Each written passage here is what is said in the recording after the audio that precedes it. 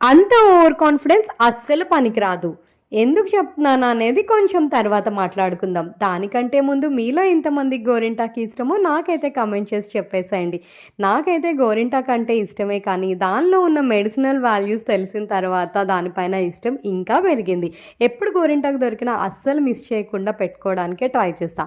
ఇంతకీ గోరింటాకు వల్ల మెడిసినల్ బెనిఫిట్స్ ఏంటి అంటే బాడీలో హీట్‌ని ఎక్స్ట్రాక్ట్ చేయడంతో పాటు గోరు చుట్టు రాకుండా కూడా హెల్ప్ చేస్తుంది. అంతేకాకుండా చాలామంది ఆడవాళ్ళకి కాళ్ళు అయితే పగిలిపోతూ ఉంటాయి కదా! సో, కాళ్ళకి గోరింటాకు పెట్టుకోవటం వల్ల లెగ్ క్రాక్స్ కూడా హీల్ అవుతాయి.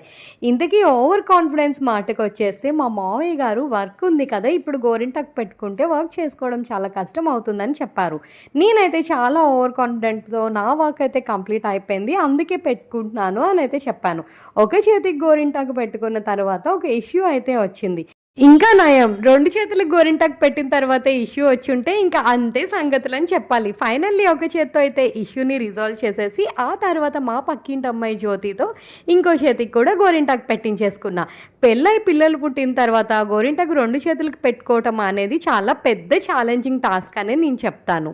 నేనైతే 2 చేతులకి పెట్టుకొని చాలా సంవత్సరాలు అయ్యిందనే చెప్పాలి. అండ్ ఇంతకీ మీరైతే గోరింటాకు నెయిల్స్‌తో కలిపి పెట్టుకుంటారా? లేకపోతే నెయిల్స్‌ని స్కిప్ చేసి పెట్టుకుంటారా? నేనైతే నెయిల్స్‌తో కలిపే పెట్టుకుంటాను. ఎందుకంటే గోరు చుట్టూ రాకుండా ఉండాలి, నెయిల్ హెల్త్ బావుండాలి అంటే చేతి మొత్తానికి పెట్టుకుంటేనే ఆ బెనిఫిట్ ఉంటుంది. అంతేకాకుండా ఎప్పుడైనా గోరింటాకు పెట్టుకున్నప్పుడే చాలా మందికి దురదలైతే స్టార్ట్ అవుతాయి కదా! ఇదైతే నేను అబ్జర్వ్ చేశా. మీకు కూడా అలానే అనిపిస్తే నాకైతే కామెంట్ చేసేసేయండి. సో, నైట్ అయితే గోరింటాకు పెట్టుకున్నాను కానీ మోర్ దెన్ 3 అవర్స్ ఉంచుకోవటం నాకైతే అస్సలు కుదరలేదు. 3 అవర్స్ పెట్టుకున్నా కానీ నాకైతే భలే బాగా పండింది.